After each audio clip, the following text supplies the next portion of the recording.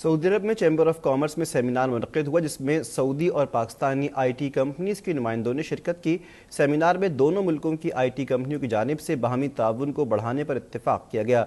Saudi अरब के दारुल हुकूमत Riyadh के चैम्बर ऑफ कॉमर्स में सिफारतखाना पाकिस्तान के कमर्शियल सेक्शन के ताउन से मुनक्किदा तकरीब में बैनुल-अक़वामी आईटी नुमाइश में शिरकत पाकिस्तानी कंपनियों के नुमाइंदों के अलावा सऊदी आईटी कंपनियों के नुमाइंदों ने भी शिरकत की। इस मौके पर Pakistan managing director export board Usman Nasir ने कहा कि आईटी के शोबे में पाकिस्तान सऊदी ताल्लुकात में नए दौर का आगाज़ हो रहा है, जिसमें दोनों ममालिक आईटी के तमाम शोबों में एक दूसरे के यहाँ सरमायाकारी को फ़रोग़ देंगे।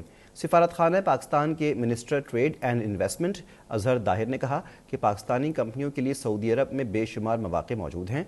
इसी तरह हमारी कोशिश होगी कि सऊदी आईटी कंपनियां पाकिस्तान को फ़रोग़ दें।